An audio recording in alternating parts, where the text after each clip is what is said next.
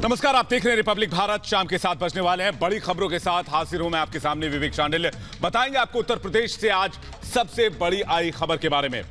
नमस्कार, आपके साथ मैं हूं श्वेता त्रिपाठी। तो जैसा विवेक कह रहे हैं, उत्तर प्रदेश से सबसे बड़ी खबर यह आई है कैबिनेट एक्सपेंशन के साथ, जिसमें 1 कैबिनेट और 6 राज्य मंत्रियों ने शपथ ले ली है।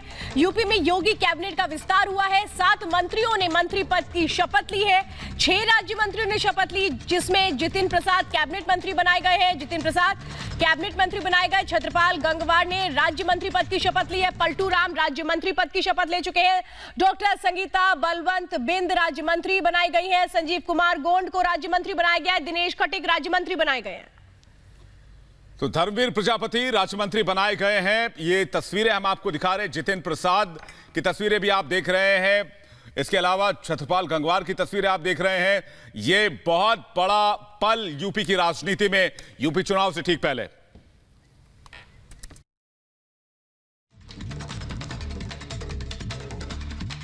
जो सरकार की नीति और नीयत रही है, सबका साथ सबका विकास, ये हमारी सरकार की प्राथमिकता रही है। हमारे 3 मंत्री नहीं रहे थे, वो पद भी रिक्त थे और सभी जगह पर सबका जो है कार्य हो सके। जो सरकार की नीतियां हैं वो तेजी के साथ और गति पकड़ दें, इसलिए एक संतुलित मंत्रिमंडल का आज विस्तार हुआ है। सभी क्षेत्रों को और सभी वर्गों को प्रतिनिधित्व देने का कार्य बड़े कुशलता से हुआ है। जातीय समीकरण कहीं ना कहीं साधने की कोशिश है। नहीं, देखिए, बीजेपी जाति के आधार पर नहीं काम किया। ये जो है ये सरकार का और मुख्यमंत्री का अधिकार होता है, कब वो विस्तार करेगा, कब वो मंत्रिमंडल को बढ़ाएंगे। ये अपने अधिकार के अनुसार ही उन्होंने काम किया है।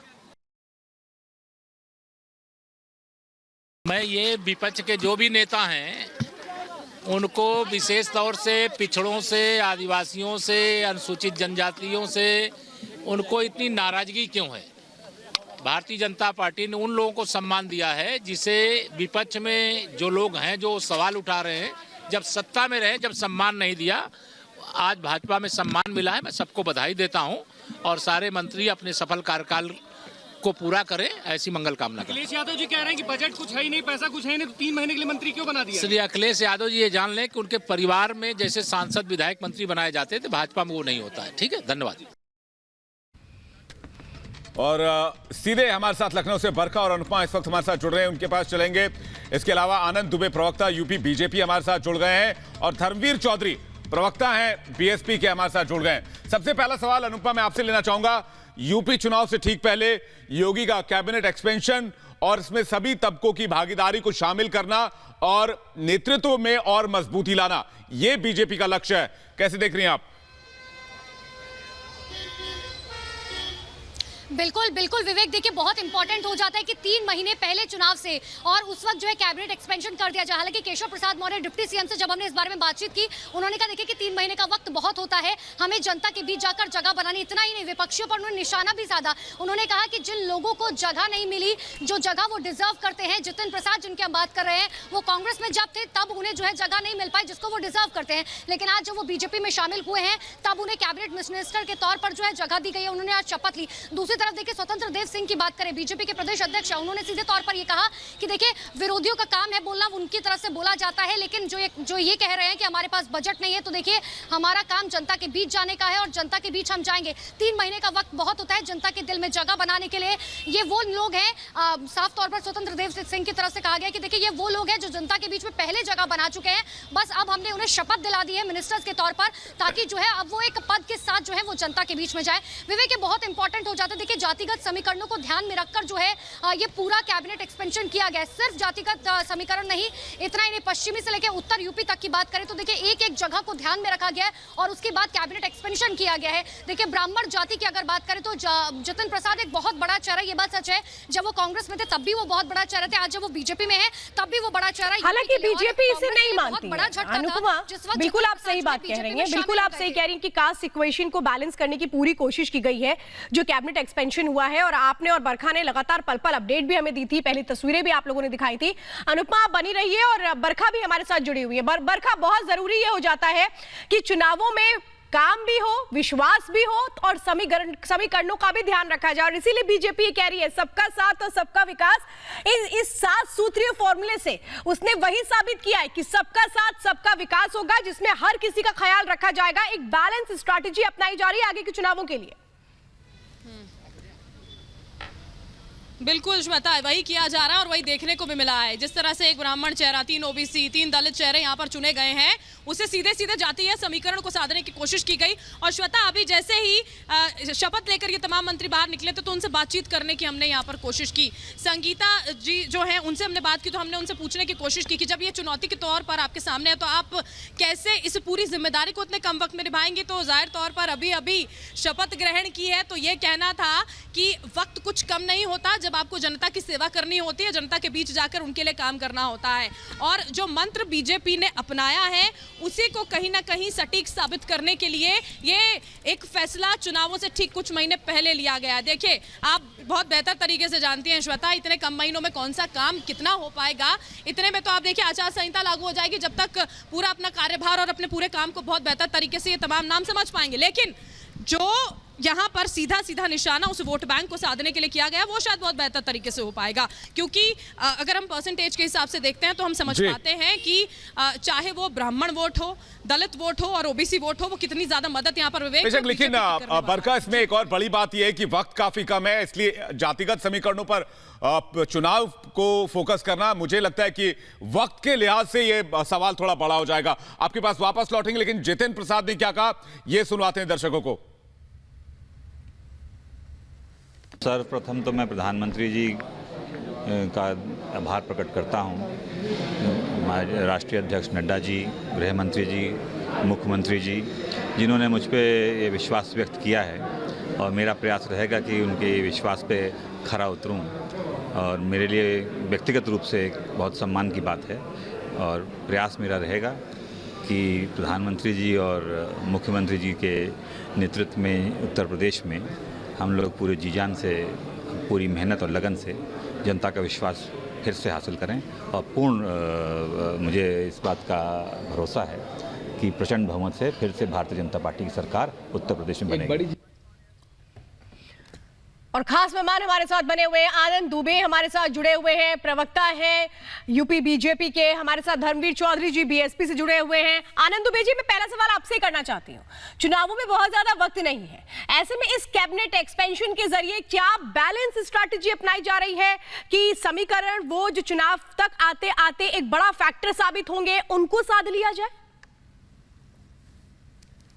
नहीं, देखिए, इस कैबिनेट का एक्सपेंशन बहुप्रतीक्षित था और काफी दिनों से इस पर मंथन चल रहा था। लेकिन जिस तरह से पिछले 1-1.5 साल कोरोना ने बर्बाद किए और कोरोना की वजह से चीजें नहीं हो पाई, इसकी वजह से हमारे मंत्रियों का भी निधन हो गया और उनकी जगह भी खाली थी।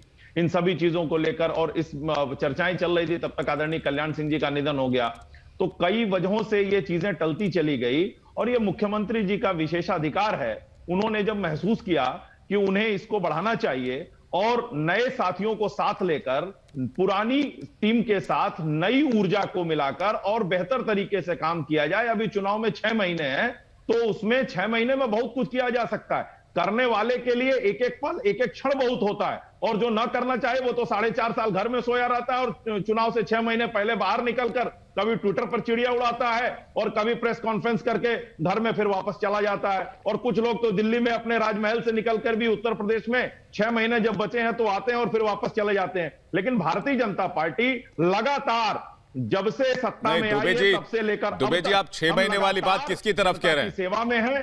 नहीं दुबे जी, आप 6 महीने वाली बात क्या बीएसपी के लिए कह रहे हैं? धर्मवीर चौधरी बैठे हुए हैं बीएसपी से, क्या आप उनके लिए कह रहे हैं कि 6 महीने पहले इलेक्शन से एक्टिव होते हैं, उसके बाद फिर 6 महीने के बाद फिर वो नजर नहीं आएंगे, चुनाव खत्म होगा, फिर 4.5 साल 5 साल जनता के बीच नहीं आते?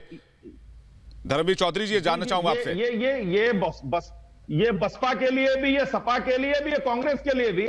आप खुद देख लीजिए कि 4.5 साल में पूरे विपक्ष की क्या स्थिति रही है। 4.5 साल में विपक्ष के लोग कहीं आपको सड़क पे दिखे? 4.5 साल में विपक्ष के लोग कहीं आपको जनसेवा करते? धर्मवीर चौधरी जी को जवाब दे लेने दीजिए। साल में जब उत्तर प्रदेश ये आपके कैबिनेट एक्सपेंशन का उनके बाहर निकलने ना निकलने से क्या लेना देना है, मैं उस पर सवाल पर आऊंगा, लेकिन धर्मवीर चौधरी कुछ कहना चाह रहे हैं। ऐसा है, मैं ये कहना चाह रहा हूं कि 75 जनपदों में 75 जिले उत्तर प्रदेश में हम प्रबुद्ध वर्ग के सम्मेलन कर चुके हैं और ये हमारी नकल करके फेल हो चुके हैं। उत्तर प्रदेश में 4.5 साल में जब योगी आदित्यनाथ जी के राज में, चाहे वो दलित समाज के लोग हों, चाहे वो दलित समाज की बहन बेटियां हों, चाहे वो ओबीसी समाज के लोग हों, चाहे वो मुस्लिम समाज के लोग हों, आज प्रदेश में भय का वातावरण है। और खासकर आपने देखा होगा कि हाथरस की घटना, शाहजहानपुर की घटना भारत के नक्शे में ही नहीं, पूरे संसार के नक्शे में उन्नाव जनपद जो है वो कितना बलात्कारियों का शहर बन चुका है। साक्षी महाराज जैसे लोग वहां से प्रतिनिधित्व करते हैं। शर्म आनी चाहिए बीजेपी के लोगों को कि ये बलात्कारियों के साथ खड़ी होती है। ये बहन बेटियों की इज्जत का वास्ता देकर के आए थे, बेटी बचाओ बेटी पढ़ाओ का नारा उत्तर प्रदेश में सबसे ज्यादा। यानी धर्मवीर चौधरी जी, एक बात तो बिल्कुल क्लियर है, इस कैबिनेट एक्सपेंशन से विपक्ष को कोई प्रॉब्लम नहीं है। आप साफ तौर पे उन बातों को गिनवा रहे हैं जो मुद्दे यूपी में रहे हैं, लेकिन शायद आप लोग बहुत संतुष्ट हैं। लेकिन किस समीकरण के साथ ये कैबिनेट एक्सपेंशन किया गया है, उनको जरा मैं आपको आसान भाषाओं में समझाती हूँ। दरअसल 2022 के लिए ये नई रणनीति क्यों अपनाई गई है, पूर्वांचल, पश्चिमी यूपी, अवध और बुंदेलखंड को कैसे बैलेंस किया गया। देखिए, संजीव कुमार गोंड जो कहां से आते हैं, सोनभद्र से, पूर्वांचल से। और ये देखिए, इसके बाद संगीता बिंद कहां से आती है, गाजीपुर से। ये बलरामपुर, पलटू राम जी बलरामपुर से आते हैं। इसीलिए मैं ये बता रही हूँ कि जो इक्वेशन बैलेंस की गई है उसमें पूर्वांचल, पश्चिमी उत्तर प्रदेश, अवध और बुंदेलखंड को कैसे बैलेंस किया गया है इन शहरों के जरिए। ये वो समीकरण है 7 सूत्रीय, जिसके जरिए कैसे 2022 की तैयारी की जा रही है उसकी झलक हम आपको बता रहे हैं। देखिए, बरेली से आए हैं छत्रपाल गंगवार, धर्मवीर प्रजापति आगरा से आते हैं। अब यही बैलेंस इक्वेशन है जो कहां किसको एरिया को टारगेट किया गया है, जिसमें पूर्वांचल का खास ध्यान रखा गया, पश्चिमी उत्तर प्रदेश, अवध और बुंदेलखंड। दरअसल इन पूरे इक्वेशंस को अगर आप समझेंगे तो समझ में आएगा कि ये जो सिलेक्शन किया गया है, जिसमें बरेली से एक चेहरा, आगरा से एक चेहरा, सोनभद्र से, गाजीपुर, बलरामपुर और शाहजहांपुर से, चूंकि जितिन प्रसाद का तय था कि वो कैबिनेट में आएंगे, वो अलग एक इक्वेशन है। लेकिन ये जो 6 चेहरे आए हैं वो किस इक्वेशन को ध्यान में रख करके आए हैं, ये है वो formula. Vivek, over to you. बिल्कुल, कुछ यही बात बता रहे थे बीजेपी के नेता स्वतंत्र देव सिंह। उन्होंने क्या कुछ कहा इस एक्सपेंशन के बाद, आइए सुनते हैं। मंत्रिमंडल में जो लोग मंत्री बने हैं, ये सभी को हृदय से शुभकामनाएं देता हूं। और ये सभी कार्यकर्ता हैं, समाज के सभी वर्गों के हैं। जो पंडित दीनदयाल उपाध्याय का सपना था, पंक्ति के अंतिम व्यक्ति, यानी सत्ता में, समाज में और संगठन में हर जगह स्थान मिले, ऐसे एमएलसी के रूप में और मंत्रिमंडल के रूप में ये अच्छे लोग बने हैं जो सरकार में आकर गरीबों की सेवा करेंगे और गरीबों की चिंता करेंगे।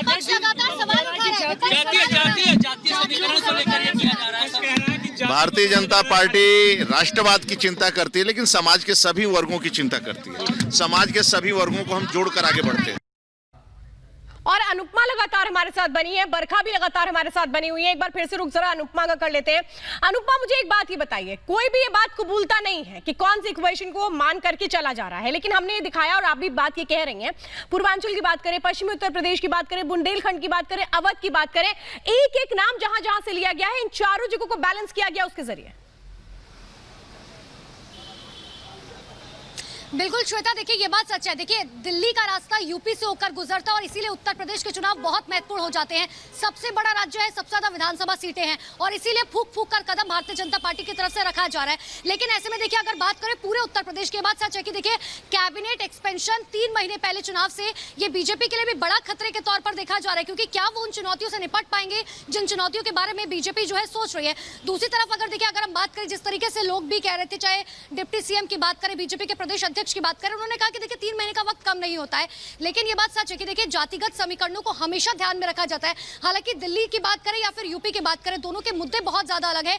यहाँ पर जो है जातिगत मुद्दों के हिसाब से भी लोग वोट करते हैं, इस बात को सिरे से नकारा नहीं जा सकता। और यही वजह है कि देखिए एक एक चेहरा जो है इतना सोच समझ के उतारा गया है मैदान में, ताकि कहीं पर भी जो है बीजेपी को नुकसान ना हो। ये बात सच है कि बीजेपी के लिए इस बार बहुत बड़ी चुनौती होगी, क्योंकि चाहे अखिलेश यादव की बात करें या मायावती की बात करें, दोनों की तरफ से जो है ये कोशिश की जा रही है कि आखिर हर वर्ग को किस तरीके से साधा जा सके। अब से कुछ ही दिन पहले अनुपमा, लेकिन जो बात आप कह रही हैं उससे अगर सीधे शब्दों में दर्शकों तक पहुंचाने की बात की जाए तो ऐसा लगता है बीजेपी थोड़ा लेट चल रही है। हालांकि आनंद दुबे ये कह रहे हैं कि कुछ ऐसी चीजें हुई, कोरोना हुआ, कल्याण सिंह वाला केस हो गया, इसकी वजह से थोड़ा डिले हो गया, ये पहले ही ड्यू प्रपोजल था।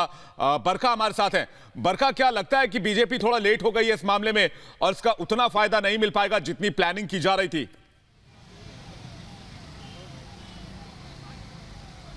विवेक, देखिए बिल्कुल इस बात का जो आप जिक्र कर रहे हैं बिल्कुल ठीक है ये कि थोड़ी देरी जरूर हो गई है। जितना फायदा शायद बीजेपी समझ रही है कि उतना हो पाएगा, शायद उतना ना हो, क्योंकि अब वक्त कितना बचा देखिए आप चुनावों में। उससे ठीक पहले जो यहाँ पर नए मंत्रियों को यहाँ पर कैबिनेट में जगह दी गई है उसमें वक्त जरूर देरी का लग गया। लेकिन कौन सी राजनीतिक पार्टी ऐसी होती है विवेक जो इस बात को मानेगी और ये सोचकर चलेगी कि हाँ ठीक है हमें किसी तरह का नुकसान होगा, फायदा ही फायदा। जाहिर तौर पर बीजेपी भी इसमें देख रही होगी कि हमने अलग अलग जातियों को साधने की कोशिश कर ली है। वो तमाम जो पिछले बार हमारे साथ रही थी उनमें से प्रतिनिधित्व दे दिया गया और वो जातियां भी जिन्होंने साथ नहीं दिया था उनको भी साधने की कोशिश कर ली गई है। अब जब चुनावों के नतीजे सामने होंगे विवेक, सारी चीजें स्पष्ट हो जाएंगी कि ये जो दाव खेला गया है वो वाकई में उनके हक में आता है या नहीं आता। क्योंकि देखिए बिल्कुल बरखा आप भी बने रहिए हमारे साथ, अनुपमा भी लगातार हमारे साथ बनी हुई है, आप पल पल हमें अपडेट दे रहे हैं। इस बीच एक बड़ी खबर का रुख कर लेते हैं। पहले प्रधानमंत्री नरेंद्र मोदी के आवास पर जो अहम बैठक हुई है उसको लेकर जानकारी मिल रही है। गृह मंत्री अमित शाह इस बैठक में शामिल थे, रक्षा मंत्री राजनाथ सिंह इस बैठक में शामिल थे, बीजेपी अध्यक्ष जेपी नड्डा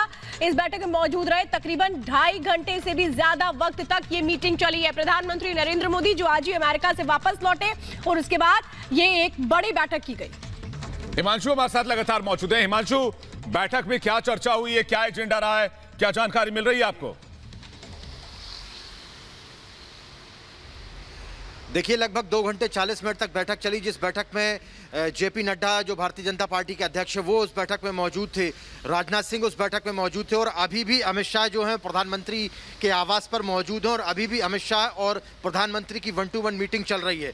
निश्चित तौर पर सभी लोग अंदर बैठक में मौजूद थे और जब यूपी का कैबिनेट का विस्तार हो रहा था उस दौरान वो तमाम जो खबरें हैं वो टेलीविज़न पर देख रहे थे। तो निश्चित तौर पर उत्तर प्रदेश को लेकर भी जो हमें सूत्रों द्वारा जानकारी मिल रही वो यही मिल रही है कि उत्तर प्रदेश में जिस तरीके से आने वाले दिनों में विधानसभा के चुनाव और जिस तरीके से वहां पर कैबिनेट विस्तार किया गया है उसको लेकर कहीं ना कहीं मंथन हुआ है, चर्चा हुई है। राजनाथ सिंह उत्तर प्रदेश के बड़े नेता हैं, वो इस बैठक में मौजूद रहे हैं। जेपी नड्डा जो कि भारतीय जनता पार्टी के राष्ट्रीय अध्यक्ष वो इस बैठक में मौजूद रहे हैं और ये जो कैबिनेट का विस्तार हुआ है निश्चित तौर पर ये जो लिस्ट है पूरी की पूरी राष्ट्रीय नेतृत्व के पास आई थी और राष्ट्रीय नेतृत्व के हामी भरने के बाद में इन तमाम लोगों को मंत्री बनाया गया। तो निश्चित तौर पर जिन लोगों को मंत्री बनाया गया वो पूरा प्रोग्राम जो है उस पर चर्चा हुई है, वो प्रोग्राम देखा गया है प्रधानमंत्री के आवास पर। उसके बाद में अब आने वाले दिनों में हमें जैसा कि जानकारी मिल रही है कि आने वाले दिनों में लगभग 3 दर्जन से ज्यादा प्रधानमंत्री के दौरे होने वाले हैं उत्तर प्रदेश के और लगभग 40 से 50 जो प्रोग्राम्स हैं वो गृह मंत्री अमित शाह के होने वाले, उसके अलावा जेपी नड्डा हैं उनके भी प्रोग्राम होंगे, राजनाथ सिंह के प्रोग्राम होंगे। तो इन तमाम विषयों पर चर्चा हुई है। साथ ही प्रधानमंत्री का जो 5 दिवसीय दौरा था अमेरिका का वो जिस तरीके से सफल रहा है, जिस तरीके की तमाम अहम और बड़े मुद्दे थे जिसमें उत्तर प्रदेश की राजनीति से लेकर प्रधानमंत्री ने अमेरिका के दौरे तक तमाम चीजों को डिस्कस किया गया। हिमांशु आगे भी आपसे अपडेट लेंगे, फिलहाल जानकारी देने के लिए धन्यवाद। और इस बीच एक और बड़ी खबर है, कैबिनेट विस्तार पर उत्तर प्रदेश के मुख्यमंत्री योगी आदित्यनाथ का ट्वीट आया है। नए मंत्रियों को शुभकामनाएं दी गई हैं। 1 कैबिनेट और 6 राज्य मंत्री जिन्होंने शपथ ली है, देखिए आप ये ट्वीट किया गया है उत्तर प्रदेश के मुख्यमंत्री योगी आदित्यनाथ की ओर से, जिसमें उन्होंने शुभकामनाएं दी हैं उन नए मंत्रियों को जिन्होंने शपथ ली है। उत्तर प्रदेश के मुख्यमंत्री योगी आदित्यनाथ ने नए सदस्यों को बधाई दी है। हमारे साथ धर्मवीर चौधरी लगातार बने हुए हैं, आनंद दुबे हमारे साथ। धर्मवीर जी, बीजेपी ये दावा कर रही है कि हमने सबका साथ सबका विकास एक बार फिर से सुनिश्चित करने की कोशिश की है, लेकिन इसे चुनाव से जोड़कर देखा जा रहा है। अगर ये चुनाव से जुड़ा हुआ है तो चुनौती बेशक बीएसपी और एसपी दोनों के लिए है, आपके लिए भी है। विवेक जी, सबका साथ सबका विकास का खोखला नारा बीजेपी ने दिया। आज इस मंत्रिमंडल में मुस्लिम समाज का कितना प्रतिनिधित्व है ये बताएं मुझे।